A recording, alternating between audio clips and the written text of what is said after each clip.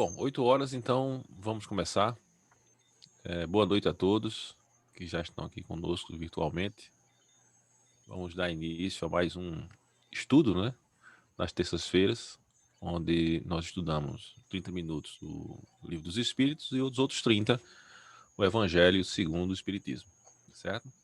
Foi anunciado durante toda a semana que hoje nós teríamos Cláudia no Livro dos Espíritos, mas por questões profissionais, Márcia assume aí os vocais, né? E vai conversar com a gente sobre o tema fatalidade, as questões 864 e 865, 864 e 865, nos primeiros 30 minutos, e nos 30 minutos seguintes, Rita vem começar com o Evangelho. Na verdade, nós reiniciamos, né, o Evangelho, será a parte de introdução ao objetivo desta obra. Quem está acompanhando nossos estudos há pouco tempo, isso é comum, certo? Quando chega ao final do livro, seja Livro dos Espíritos ou Evangelho, a gente reinicia, que é um estudo contínuo, certo? Então, vamos iniciar com a nossa prece, tá certo? Para que a gente possa passar a palavra para nossos palestrantes. Então, vamos elevar todos nós nosso pensamento ao alto. Agradecer a Deus, a Jesus, por essa oportunidade de estarmos reunidos, mesmo que virtualmente, certo? Para o estudo do Evangelho e do Livro dos Espíritos, que eu poderia dizer que são as obras de abertura, de acesso, vamos dizer assim, ao Espiritismo, e que nos fornece informações importantíssimas para que nós possamos conduzir nossas vidas de maneira equilibrada, com mais sabedoria, com mais conhecimento. Então, Pai, muito obrigado mais uma vez por essa oportunidade. Rogo a Ti e aos amigos da espiritualidade que deem todo o amparo e todo o suporte aos nossos irmãos palestrantes na noite de hoje, para que eles possam trazer os seus respectivos temas da maneira com calma e harmonia, e todos possamos aproveitar esse momento. Então, peço tua permissão para dar início aos trabalhos na noite de hoje, na tua santa paz. Que assim seja. Assim seja. Então, vamos passar para Márcia com fatalidade. Márcia, com você. Ok. Vamos então agora dar continuidade, né, ao nosso estudo do Livro dos Espíritos.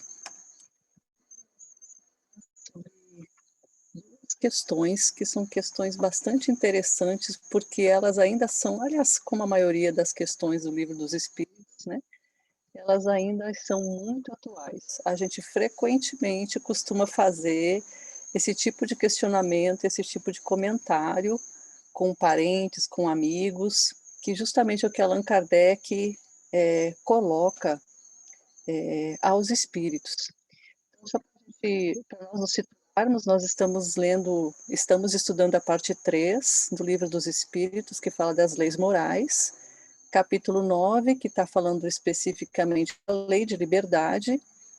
Dentro dessa lei de liberdade, nós vamos comentar então sobre fatalidade, né? Nós já trabalhamos anteriormente outras questões em relação a esse tema, e hoje a gente vai dar continuidade. Então, a primeira questão que Kardec coloca é a seguinte, a questão 864. Ele pergunta assim: se há pessoas às quais a sorte é contrária, outras parecem ser favorecidas porque tudo lhes sai bem.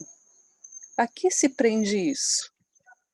Digo que é uma questão muito atual. Quantas vezes, né, a gente questiona, nossa, para fulano parece que tudo dá certo, para mim nada dá certo, né? Fulano faz as coisas sem fazer nenhum esforço, ele consegue, e eu tenho que fazer muito esforço. Agora, veja que interessante a resposta dos espíritos. E nessa resposta a gente vai ter várias reflexões. A primeira parte da resposta ele diz assim: frequentemente é porque elas sabem escolher melhor.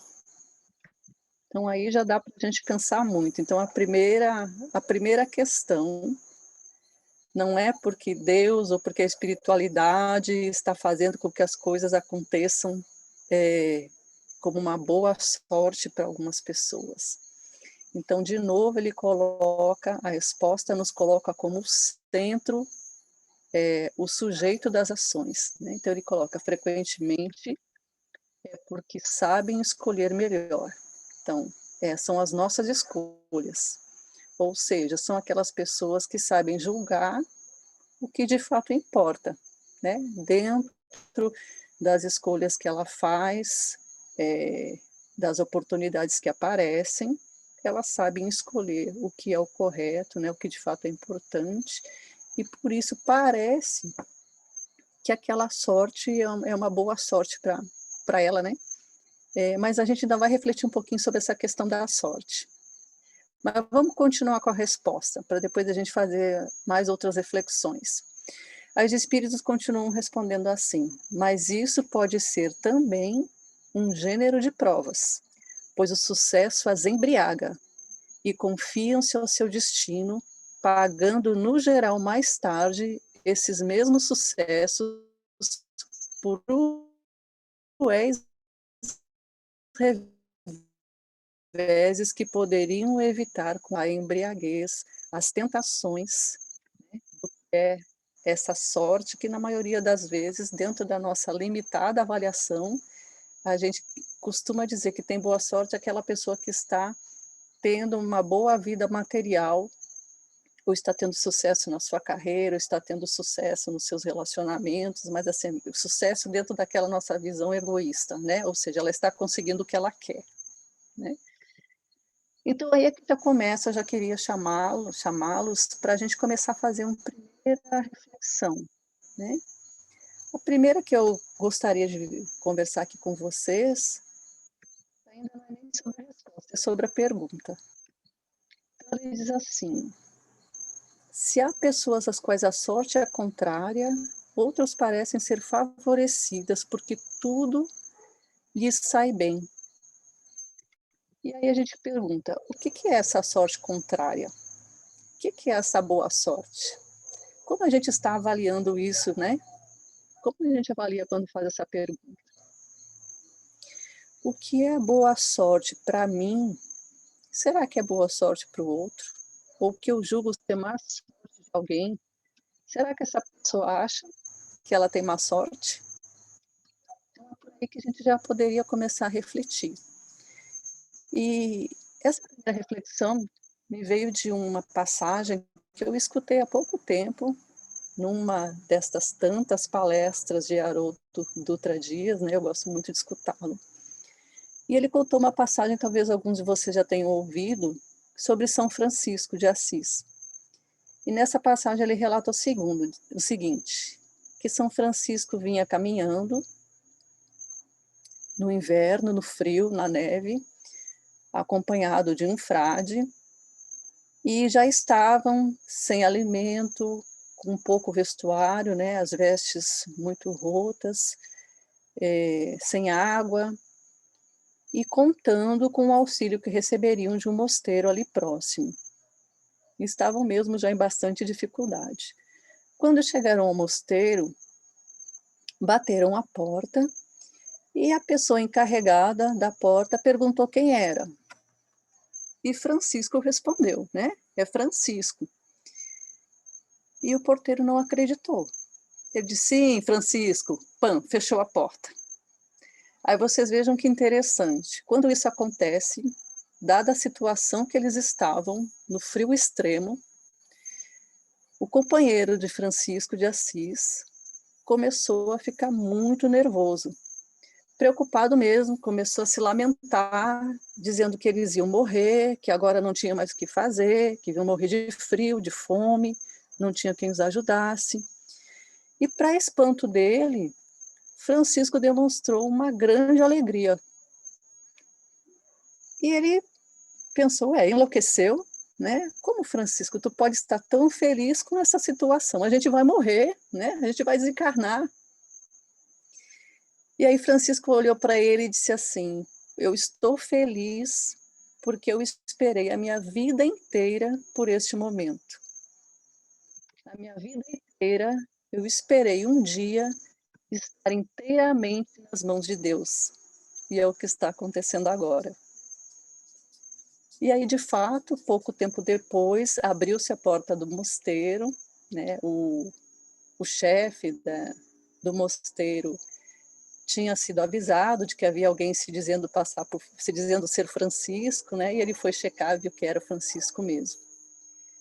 Então vocês vejam que interessante este exemplo, porque ali estava tranquilamente, acho que ficou bem claro, as duas interpretações da sorte.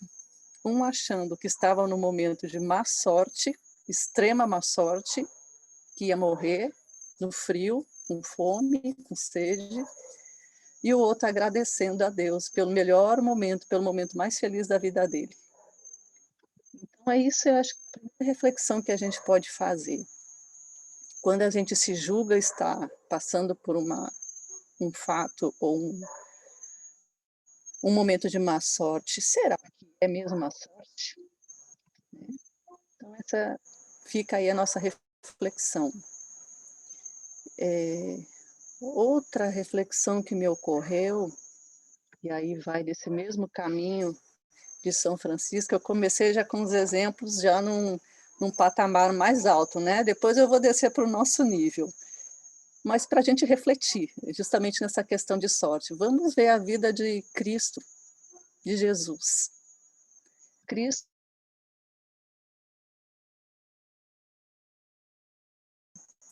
teve uma vida humilde, não tinha nenhum bem, né? Vivia de dormir em alojamentos, na casa dos seus amigos.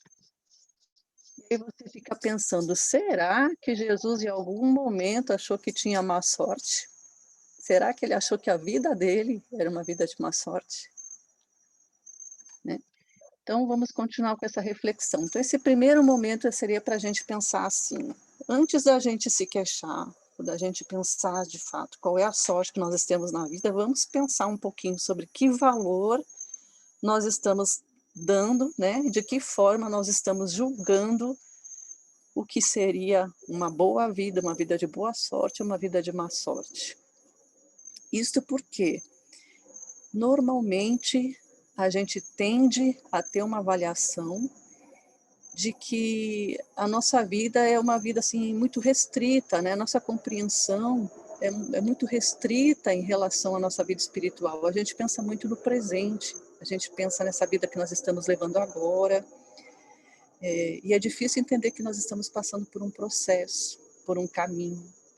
Até mesmo aquelas maiores dores, como a dor da perda de alguém, a gente costuma achar que aquilo é um momento de extrema má sorte, né? Não sorte no sentido fortuito, né? Sorte no sentido de um destino, né? E às vezes a gente custa, dentro da nossa limitação, a avaliar que às vezes é um momento que precisa acontecer e que tem uma finalidade boa e justa por trás daquilo, né?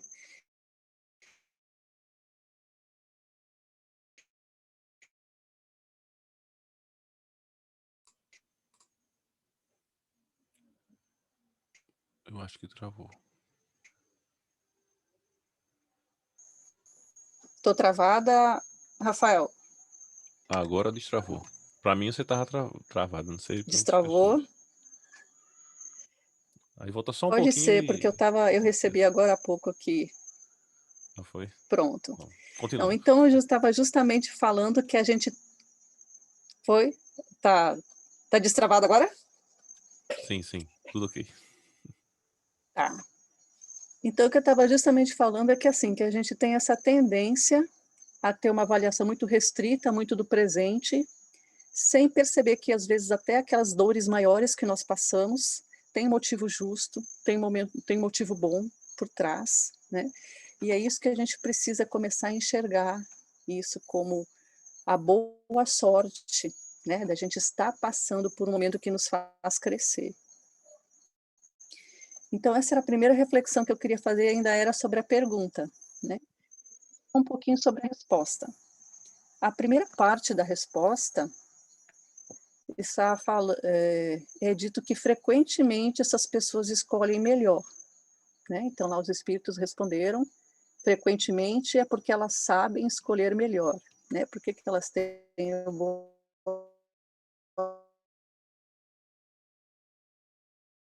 escolher melhor? Normalmente, como a gente já vem falando aqui em muitos estudos, é fazer o melhor uso do livre-arbítrio, né? As escolhas certas têm a ver com as consequências dessas escolhas. Muitas vezes o sucesso alcançado, esse sucesso que a gente vislumbra normalmente só num plano material, se ele for bem usado, ele acaba sendo favorecido para que continue sendo bem usado, né?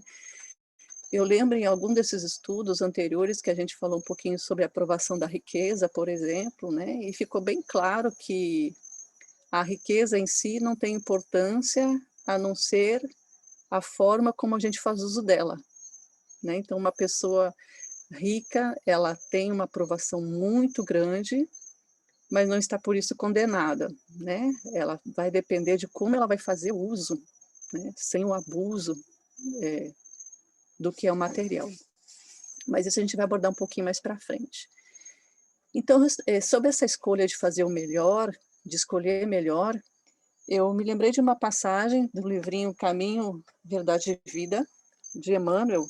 Eu não vou ler a passagem toda, no capítulo 47, a grande pergunta, mas eu destaquei só um trechinho para a gente refletir. A grande pergunta está em Lucas 6,46, que é Jesus que faz, e ele faz assim: por que me chamais Senhor, Senhor, e não fazeis o que eu digo?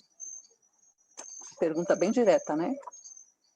Aí Emmanuel discorre sobre isso, da questão de que muitas vezes a gente não escuta, né, os conselhos do Cristo, mas no finalzinho, é o trechinho que eu quero ler, ele coloca assim: na qualidade de político ou de varredor, num palácio ou numa choupana, o homem da terra pode fazer o que lhe ensinou Jesus. É por isso que a oportuna pergunta do Senhor deveria gravar-se de maneira indelével em todos os templos, para que os discípulos, em lhe pronunciando o nome, nunca se esqueçam de atender sinceramente às recomendações do seu verbo sublime. Ou seja, o que é escolher, né? O que é escolher o melhor? É ouvir o Cristo, é ouvir os conselhos que ele deu para a humanidade. Eu lembrei também, acho que foi de uma outra palestra de Haroldo, que ele comentou que, conversando com uma senhora, essa senhora falou uma frase para ele que ele nunca esqueceu, e eu acho que tem muito a ver com o que a gente está falando aqui. Que ela disse assim: nós devemos florescer onde Deus nos plantou. Então, acho que isso que é fazer a boa escolha, é escolher melhor, é saber florescer onde nós fomos plantados, né?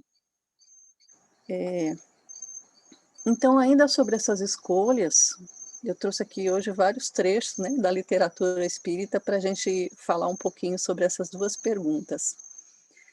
No livro A Gênese, no capítulo 3, que fala sobre a origem do bem e do mal, existe um trecho que é bem interessante, que é uma comparação até com situações que a gente poderia trazer para o nosso dia a dia. E nesse trecho fala assim: tomemos para termo de comparação um fato vulgar. Sabe um proprietário que nos confins das suas terras há um lugar perigoso, onde poderia perecer ou ferir-se quem por lá se aventurasse. Que faz a fim de prevenir os acidentes? Manda colocar perto um aviso, tornando defeso ao transeunte ir mais longe por motivo do perigo. Então, isso é o que todo sensato faz, né? É o que minha mãe faz, é o que um pai faz, mostra, não vá por aqui, porque aqui é perigoso. Aí está a lei que é sábia e previdente. Porém, se apesar de tudo, um imprudente desatende o aviso, vai além do ponto onde este se encontra e sai-se mal, de quem se pode ele queixar, senão de si próprio? Olha aí a escolha. Outro tanto se dá com o mal. Evitá-lo-ia o homem se cumprisse as leis divinas. Por exemplo, Deus pôs limite à satisfação das necessidades. Desse limite, a saciedade adverte o homem. A saciedade é a placa de perigo. Se este o ultrapassa, falo voluntariamente. As doenças, enfermidades, a morte que daí podem resultar, provém da sua imprevidência, não de Deus. Então, o que a gente conclui daí? Não é Deus que está determinando se nós temos boa ou má sorte. São as nossas escolhas. E ainda nesse mesmo trecho da Gênesis, eu achei interessante, porque ele coloca, nesse mesmo capítulo 3, ele colocou um trecho que tem a ver com o saber escolher bem, né? Que deixa bem claro que muitas vezes esse saber escolher não é assim, não é uma coisa que aparece de repente. Tudo é aprendizado, nós não estamos vivendo, né? Várias vidas, encarnando várias vidas e aprendendo com cada uma delas. Então, tudo é fruto de um aprendizado anterior. E aí, nesse item 7, está escrito assim: Entretanto, Deus, todo bondade, pôs o remédio ao lado do mal, isto é, faz que do próprio mal saia o bem. Olha que interessante isso. Um momento chega em que o excesso do mal moral se torna intolerável e impõe ao homem a necessidade de mudar de vida. Instruído pela experiência, ele se sente compelido a procurar no bem o remédio, sempre por efeito do seu livre arbítrio, sempre as escolhas, né? Quando toma melhor caminho, é por sua vontade e porque reconheceu os inconvenientes do outro caminho. A necessidade, pois, o constrange a melhorar-se moralmente para ser mais feliz, do mesmo modo que o constrangeu a melhorar as condições materiais da sua existência. Então, vocês vejam que aquela primeira resposta, né, que os espíritos deram, que frequentemente essas pessoas fazem escolhas melhores, não é à toa. É fruto de um aprendizado, né, de várias vivências que vão nos lapidando e nós vamos cada vez sendo mais capazes de escolher melhor as nossas opções. Eu me lembrei de um outro exemplo também que eu vi numa palestra, é um exemplo bem curtinho, eu gosto de ficar lembrando dos exemplos, mas achei muito interessante, que era uma comparação, né? Que dizia o seguinte, que havia um cão que se deitou em cima do prego e esse cão ficava chorando, gemendo. E alguém perguntou, por que esse cão não levanta, não sai daí, tá machucado e continua deitado e continua gemendo? Aí a resposta foi a seguinte, é que a dor é suficiente para fazê-lo gemer, mas ainda não foi suficiente para fazê-lo levantar. Ou seja, por essas dores, talvez por isso por essas ações que ocorrem na nossa vida, que a gente, às vezes, até infantilmente, julga uma má sorte, né? É isso que estamos fazendo aprender e escolher o caminho correto. Então, levantar é uma escolha, né? Bom, e a outra reflexão que eu queria fazer sobre essa questão é a segunda parte da resposta, que na verdade acaba sendo uma das mais importantes e mais presentes na nossa vida, que é o fato de que muitas vezes isso é um gênero de provas, né? Então é colocado lá, é um gênero de provas, pois o sucesso embriaga e confiam-se ao seu destino. Então isso dá para a gente lembrar que na grande maioria das vezes a gente está passando por isso, nós estamos em provas, né? Porque a maioria dos espíritos que estão encarnados, eles já sabem que precisam passar por provas, e na espiritualidade ainda, planejam essas provas, né? Então, basta a gente olhar para o lado, basta a gente olhar para o mundo, a gente vê que a grande maioria de nós, né, na população do planeta, está passando por provas, né? Muitas delas escolhidas mesmo. Já conseguimos entender que precisamos passar por elas. Mesmo que depois, gente esqueça, né? A gente escolheu. E aí eu queria colocar para vocês um exemplo que eu tirei da Revista Espírita, na edição de outubro de 1862, onde fala sobre o espiritismo e o espírito maligno. E aí está falando um pouquinho dessa questão das provas, né? Todos os estados podem igualmente vos conduzir ao objetivo desejado. Se vos conduzirdes conforme o caminho da justiça, e se não dobrardes a vossa consciência à vontade dos caprichos, perdão, isso aqui era um ponto final, né? Se não dobrardes a vossa consciência à vontade dos caprichos.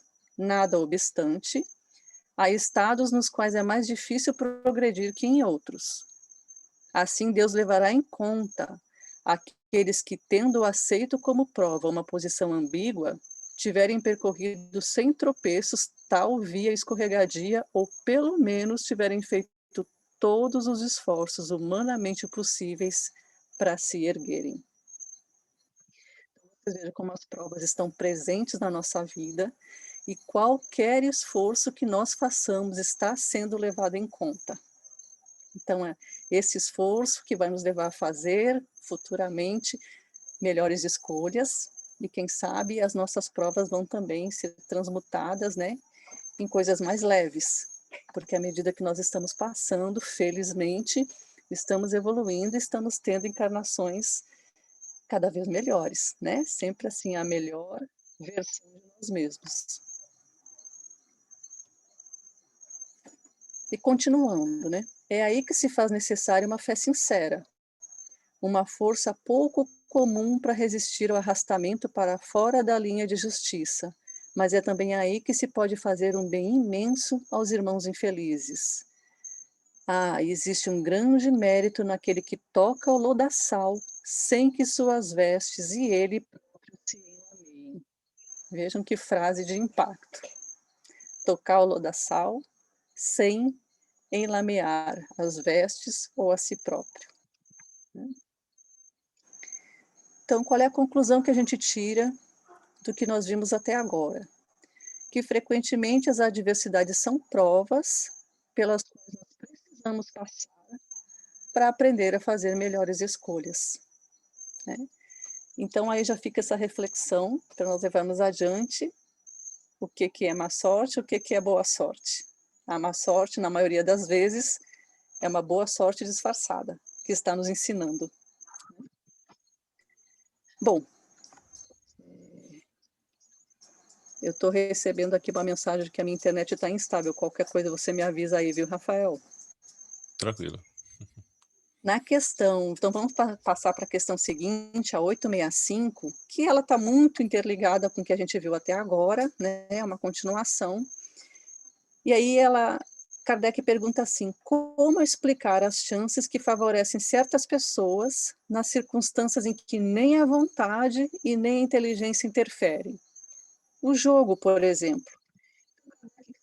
Ele sempre foi muito perspicaz, né? Às vezes a gente pensa como é que ele já conseguia chegar a esse nível de raciocínio para conseguir conectar uma pergunta na outra. Então ele pergunta assim, olha, se como foi explicado anteriormente, né, que às vezes a boa sorte ou a má sorte depende da escolha da pessoa e às vezes são provas. Aí ele vai mais profundamente. As pessoas que não interferem em nada, e simplesmente começa a dar tudo certo. Quem sempre tem sorte no jogo, por exemplo.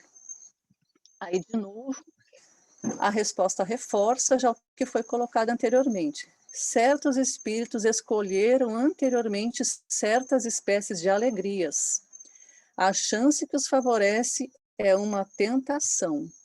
Aquele que ganha como homem, perde como espírito. É uma prova para seu orgulho e sua cupidez, ou seja, sua ganância. Então, de novo, o que parece ser uma coisa boa, se aquele espírito está tendo muita facilidade para conseguir ter uma boa sorte na sua vida, né? Na verdade, isso é uma prova muito grande que ele está se submetendo. E muitas vezes não consegue superá-la. porque precisa superar o orgulho e a ganância. Em relação a isso, em relação às provas, eu trouxe aqui para a gente lembrar um pouquinho a questão do livro dos Espíritos, que é a questão 265, que eu vou ler rapidamente só para a gente conseguir entrar aqui, para a gente relembrar como uma coisa está ligada na outra, né, e como isso interfere justamente aí na sorte que as pessoas parecem ter ou não. Nessa questão 265 diz assim: se alguns espíritos escolhem o contato com o vício como prova, aí o vício, neste caso, está relacionando ao jogo, né, como o Kardec perguntou. Existem os que escolhem por simpatia e por desejo de viver no meio do seu gosto, ou para poderem se entregar materialmente aos seus pendores materiais? A resposta: há sem dúvida, mas apenas entre aqueles cujo senso moral está pouco desenvolvido.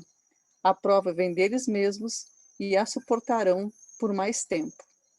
Cedo ou tarde compreenderão que a satisfação das paixões brutais tem para eles consequências deploráveis que suportarão durante um tempo que lhes parecerá eterno. Deus poderá deixá-los nesse estado até que compreendam suas faltas e peçam por si mesmos os meios de resgatá-las em provas vantajosas. Olha aqui como deixou bem explicado o que é o aprendizado, né? É quando a gente percebe os erros, pede para passar por aquela prova para finalmente conseguir superá-lo. E aí, para ilustrar um pouquinho mais esse exemplo, eu trouxe um texto lá do livro Céu e Inferno, no capítulo 6, que fala de exemplos. E aí lá existe um trecho, eu não coloquei o texto todo, mas eu destaquei alguns trechos em relação a depoimentos de espíritos, né? Então esse capítulo fala dos espíritos sofredores e e tem um subtítulo chamado Arrependimento de um Dissoluto, que foi psicografado em Bordeaux em 19 de abril de 1862. Aí que eu queria destacar aqui com essa leitura é para a gente ver como fica clara a prova e o aprendizado tirado dela. Então, o depoimento desse espírito, ele começa assim: homens, meus irmãos, vivi só para mim. Hoje expio isso e sofro. Que Deus vos conceda a graça de evitar os espinhos em que me dilacero. Caminhai pela estrada larga do Senhor e orai por mim, pois abusei dos bens que Deus empresta às suas criaturas. Veja que ele fala, Deus empresta às suas criaturas. Porque a gente chega sem nada e a gente volta sem nada, né? Para a pátria espiritual. Aí ele continua, aquele que sacrifica aos instintos brutais a inteligência e os bons sentimentos que Deus pôs nele, assemelha-se ao animal, que ele muitas vezes maltrata. O homem deve servir-se com sobriedade dos bens de que é depositário, deve habituar-se a viver apenas em vista da eternidade que o aguarda e, por conseguinte, desprender-se dos gozos materiais. Sua alimentação não deve ter outro objetivo senão a sua vitalidade. Seu luxo deve se subordinar às necessidades estritas de sua posição. Seus gostos, mesmo suas inclinações naturais, devem ser regidos pela mais forte razão, sem o que ele se materializa em vez de se purificar. Ou seja, se materializa, ele fica mais denso, as suas vibrações ficam mais próximas do mundo material. Né? As paixões humanas são um laço estreito que penetra nas carnes. Não o aperteis, pois. Vejam que figura forte que ele usa, né? Não aperte esse laço que penetra na carne. Vivei, mas não sede estroinas, não sabeis o que isso custa quando se retorna à pátria. As paixões terrestres vos despojam antes de vos deixarem, e chegais ao Senhor nus, inteiramente nus. Então, aqui já fica bem claro, né, a questão das provas, a questão da necessidade de nós sabermos enxergar que até o que parece ser uma má sorte é uma forma de nos aprimorarmos para aprendermos a fazer escolhas melhores, né, nas vidas futuras, e inclusive nessa vida também. E para fechar essas reflexões sobre essas duas questões, eu queria deixar uma última frase, que eu achei uma frase bem impactante, bem interessante para a gente ficar pensando, né, para refletirmos. É uma pergunta para nós respondermos anteriormente.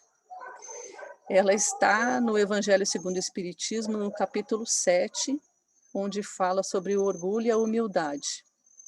E a pergunta foi psicografada, né, é de um espírito Adolfo, bispo de Argel, e ele diz assim: por que, a vez de terem tão grande estima, o que brilha e encanta os olhos, sobre tudo o que toca o coração? Então, acho que essa é uma reflexão para nós levarmos, né, pensarmos ao longo da nossa existência, não diria nem da nossa vida. Então, aqui eu finalizo, tenham todos uma boa semana, muita luz, muita paz, e eu retorno então para Rafael.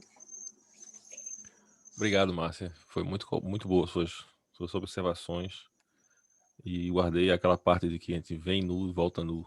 Não, eu guardei outras coisas também na apresentação, certo? Mas essa me chamou a atenção, né? Eu passaria agora a palavra para Rita, mas deve ter tido algum imprevisto, ela não pôde estar conosco. Mas não tem problema, não é por causa disso que a gente vai deixar de entrar no assunto do tema, né?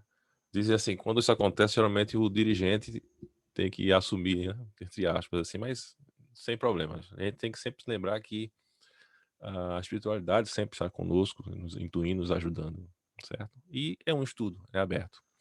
Então, vamos fazer uma leitura e no decorrer da leitura a gente vai fazendo alguns comentários pertinentes ao tema, né? O que eu achei interessante... obrigado, Vinícius. Gostei, me pegou de surpresa aqui. É até bom porque eu não vou ficar me vendo, né? Isso me assusta, né? Assusta todos que estão aí. Na verdade, nós vamos reiniciar a parte da introdução do Livro dos Espíritos, como já foi dito no início dos nossos trabalhos, né? O livro do Evangelho, perdão. Eu citei o Livro dos Espíritos porque quando eu fui olhar a cronologia, né, quem veio primeiro, o primeiro foi o Livro dos Espíritos, ele foi lançado em 1857, e depois o Livro dos Médiuns em 861. Em 15 de abril de 64, né, de 1864, é que veio a nossa obra do Evangelho segundo o Espiritismo. Então, é o terceiro livro das obras de Kardec. E essa parte de introdução, ela vai nos dar a finalidade dessa obra. Claro que intuitivamente não é muito difícil de imaginar qual seria. Mas, recentemente, no estudo do ESD, que ocorre nas quintas-feiras, por coincidência, né, entre aspas, estávamos comentando, e um dos assuntos era justamente a terceira revelação, que seria o Espiritismo. E o que ficou de entendido, ou compreendido daquela reunião, era que, do ponto de vista moral, o Evangelho do Nosso Senhor Jesus Cristo, ele é perfeito e completo. O Espiritismo não vem a adicionar nenhuma vírgula ou nenhum novo ensinamento no que diz respeito à moral, ou seja, aos valores, né, aqueles valores que devem ser cultivados por nós e, por consequência, por tabela, né, pela humanidade, né? Então, a grande função do Evangelho do Nosso Senhor Jesus Cristo, já naquela época, evidentemente, que ele nos trouxe, era de que nós, ao entrarmos em contato com os seus ensinamentos, com a parábola do bom samaritano, com o Sermão da Montanha e com tantas outras passagens que nos trazem lições grandiosas a respeito das leis de Deus e da relação nossa com o nosso próximo, que cada um de nós fôssemos nos modificando. Eu não vou modificar Márcia, eu nem vou modificar Vinícius, que eu estou vendo aqui no cantinho da tela, por isso que eu estou colocando vocês, viu, na berlinda, e nem qualquer pessoa, eu só consigo me modificar. E cada um consegue apenas se modificar. Então, evidentemente, que se nós praticássemos e vivenciássemos o Evangelho, eu nem digo na sua totalidade, que é a meta, mas pelo menos uma grande parte dele, evidentemente, que por tabela, toda a sociedade entraria num ambiente de mais paz, mais harmonia e mais tranquilidade, certo? Então eu vou começar com uma leitura, né, eu acho que é o mesmo que eu tenho aqui, porque eu geralmente levo uma filinha, eu já tinha feito uma filinha aqui. Então vamos acompanhar aqui. Objetivo desta obra. Podemos dividir-se sim, antes de mais nada, né, se porventura eu estiver lendo e dizer uma palavra errada, não se preocupem. Eu tenho essa dislexia, quando eu estou lendo pela primeira vez, às vezes eu troco as palavras, tá certo? Então me perdoem já peço perdão de tabela. Podemos Podem dividir-se em 5 partes as matérias contidas no evangelho. Então, basicamente se divide em 5 partes, né? Aos atos comuns da vida do Cristo, aos milagres, às predições, quer dizer, aquilo que a gente sabe hoje que seriam os efeitos mediúnicos, né? As palavras que foram tomadas pela igreja para fundamento de seus dogmas e o ensino moral, tá certo? As 4 primeiras têm sido objeto de controvérsias, realmente, né, evangelho, palavra do Cristo, os milagres. Nessa questão ainda há, muita controvérsia, não só entre nós espíritas e nossos irmãos cristãos de outras denominações, mas até entre eles, já é histórico, essas controvérsias, né. A última, porém, conservou-se constantemente inatacável, né, ou seja, os valores, como foi dito antes, né, os valores que Cristo nos colocou no seu evangelho, na sua passagem, ele não escreveu uma linha, né, ele exemplificou, deu exemplos, e contando histórias que passavam um cunho moral profundo, nos traziam uma reflexão profunda, e isso eu posso até garantir, entre aspas, né, que é inegável e questionável em todas as nas convenções ou em todas as religiões que têm o evangelho, tem Jesus Cristo como o seu modelo, certo? No caso mais específico, espiritismo, catolicismo e protestantismo aqui no Brasil, ok? Então, sim, aí voltando um pouco ao estudo do ERG, questionou-se assim, tá, então como é que você pode colocar o espiritismo como uma terceira revelação? Porque ele vem trazer informações novas com relação às nossas relações com o mundo invisível, as relações entre os espíritos, os deveres do espírito, né, do ser espiritual, mas também ele vem explicar e tornar simples lições que foram trazidas desde o Antigo Testamento até levei um susto agora porque saiu, me dei de cara comigo mesmo aqui, né, mas tudo bem. De informações que vieram desde o Antigo Testamento e no Novo Testamento, explicar aqueles eventos, aqueles processos de mediunidade, tudo aquilo que foi dito, perdão, naquela época. E também no Evangelho. Então, ele vem não trazer uma moral nova, como já foi dito, mas ele vem explicar, entrar em detalhes e simplificar, muitas vezes, aquilo que estava escrito, da forma como foi escrito, certo? Então, ele cita mais embaixo, né, vocês podem acompanhar nos evangelhos que vocês têm, assim, diante esse código divino, a própria incredulidade se curva. Isso né, diante desse código divino, a própria incredulidade se curva. Eu até comentei recentemente, alguns meses atrás, com um colega de trabalho, né, que ele era ateu, né, ele é, na verdade, ele não era, ele é. E eu disse assim, ó, você pode até não acreditar, mas a humanidade só progride se esses valores estiverem dentro da sociedade, valores do Cristo. Ele olhou para mim assim, ficou refletindo, mas aí eu sempre digo isso, né, se a pessoa não tem fé alguma, ou é materialista, né, mas quando você se para ler e entrar em contato com os valores morais que estão no evangelho, eles são a verdade. Não é a minha verdade ou a verdade não, eles são a verdade. Ninguém pode dizer que o perdão é algo ruim, que amar o próximo é algo ruim, tá certo? De não condenar, como Jesus fez no caso da moça que não vou chamar ela de adúltera, que ela não merece esse termo, né? Que ela praticou o adultério, né? Ela praticou um ato infeliz, né? Ele ensinou, disse que ela não pecasse mais, mas exemplificou ali a humildade, a simplicidade. Então, esses valores, eles são universais. Não é pertencente a uma religião, né? O terreno onde todos os cultos, perdão, continuando, né, conservou-se constantemente, sim. Diante desse código divino, a própria incredulidade se curva.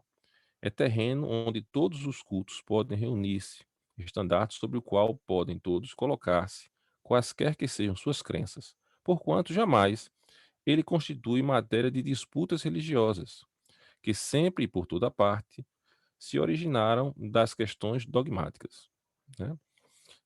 Aliás, se discutissem, nele teriam as seitas encontrando sua própria condenação, visto que, na maioria delas, aí que entra o detalhe, se agarram mais à parte mística do que à parte moral, que exige de cada um uma reforma de si mesmo. Então, essa é ah, o grande peso do evangelho, vamos dizer assim.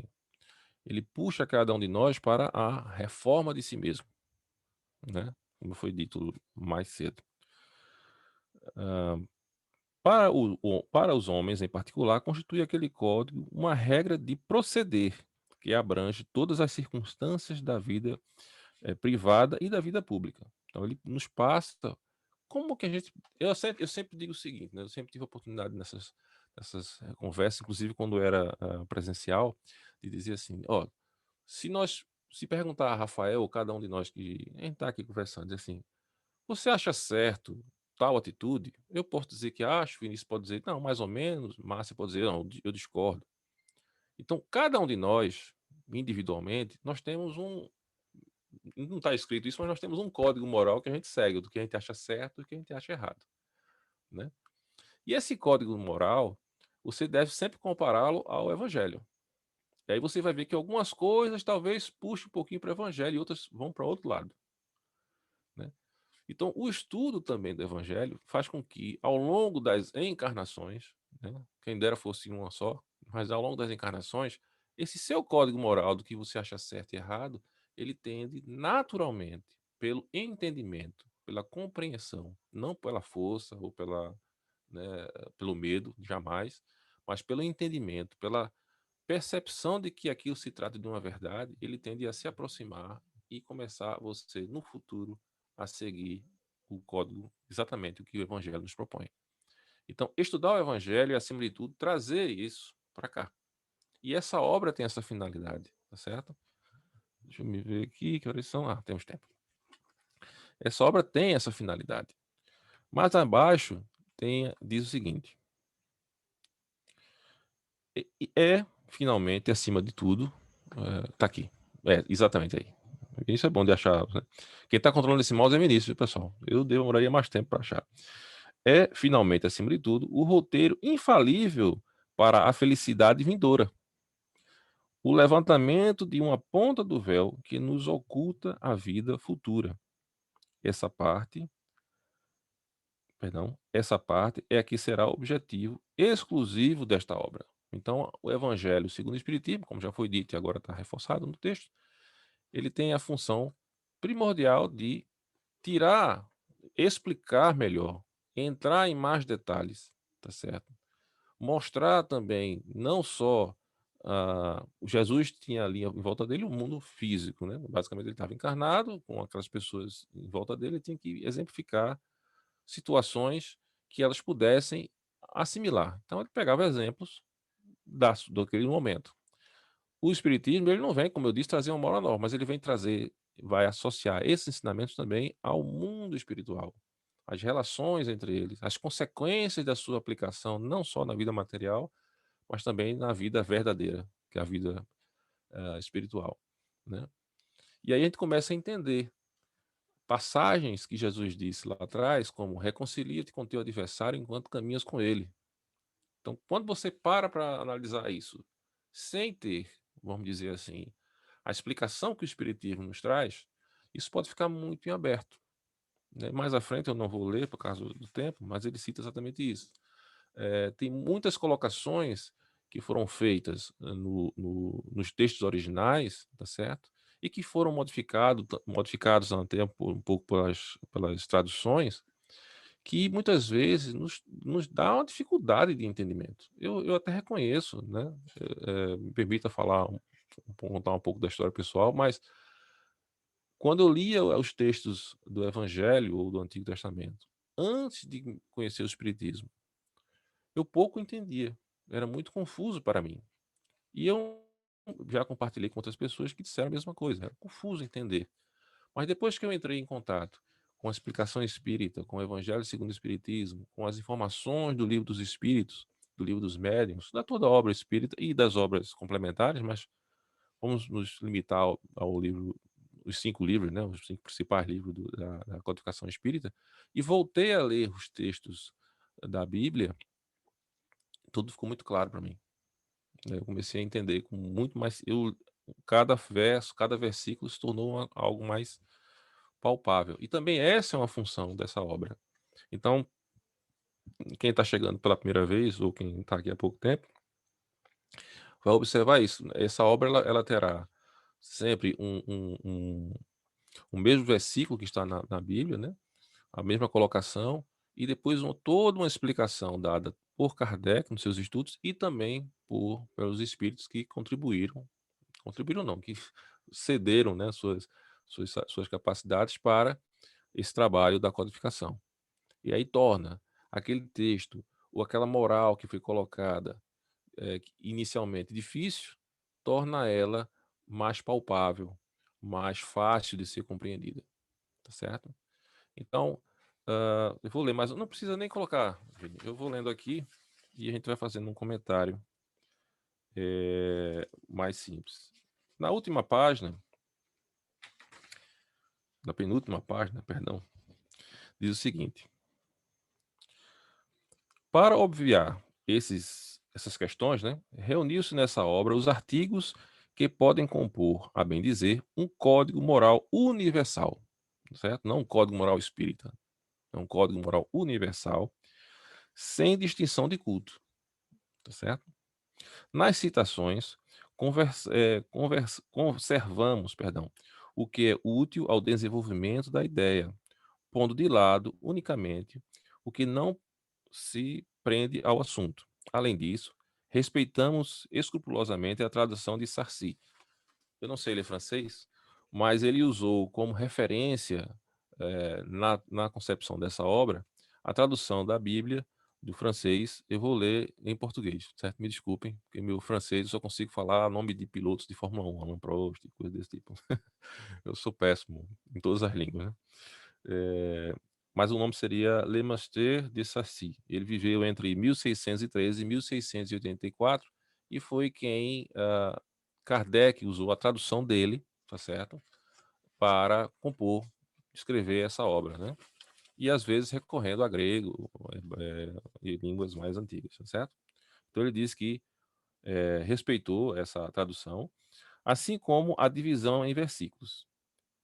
Em vez, porém, de nos atermos a uma ordem cronológica impossível e sem vantagem real ao caso, agrupamos e classificamos metodicamente as máximas, as observações, né, as pronúncias, segundo as respectivas naturezas, de modo que decorram umas das outras tanto quanto possível.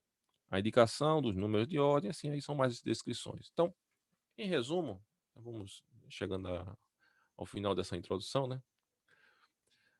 Essa obra, como já foi dito, ela traz os valores morais de Jesus, tentando dar uma visão universal, tá certo?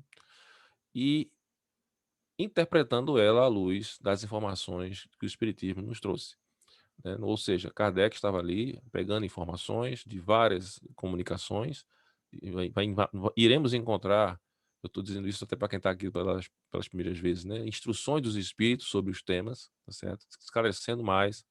Então, ele, como eu disse, não traz nada de novo do ponto de vista moral, mas amplia isso de uma visão da vida material que a gente tem para uma vida mais plena, que une material e o plano desencarnado.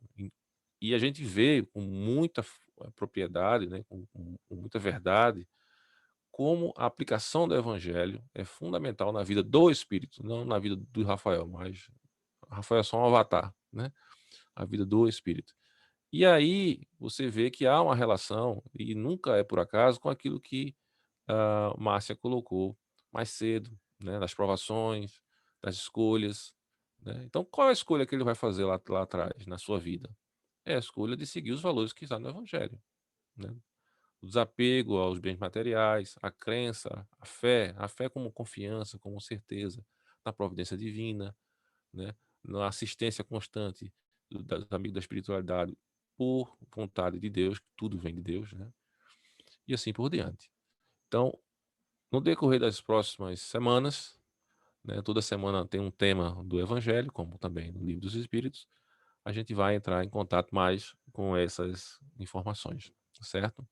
Então era isso que eu queria passar, que eu pude passar com a grande ajuda da espiritualidade e da torcida de vocês na noite de hoje, certo? Então vamos chegando ao final, faltando 5 minutos, né? Márcio até ajudou, né? Foi mais um pouco para frente com o horário. Obrigado, Márcio. Então vamos nos preparar para a nossa prece final, tá certo? E agradecendo a Deus por essa oportunidade. Então vamos mais uma vez elevar nosso pensamento ao alto, agradecendo muito ao Pai essa oportunidade que nos deu de estarmos aqui reunidos. E o mais importante desse estudo, Pai, é que a gente possa, no decorrer da semana, não esquecer aquilo que foi visto na noite de hoje, e nossa irmã Márcia nos trouxe, e aquilo que nós pudemos ler e comentar com relação à importância do Evangelho nas nossas vidas. Essa é a nossa missão mais importante.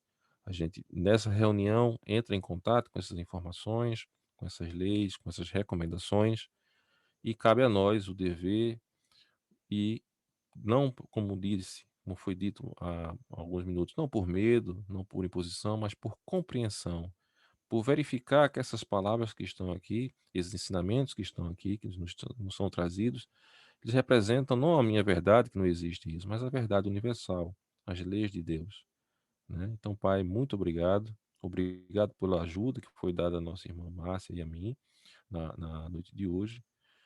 E que a gente possa, que nos seja dada a oportunidade futura de nos reunirmos novamente, se for de tua vontade, evidentemente. Então, muita paz para todos. Fiquem com Deus, que assim seja. Você está sem áudio, Márcia. Eu vi você falando, mas está desligado. Então é isso. Obrigado. Boa noite a todos. Até a Boa próxima. noite, fiquem com Deus.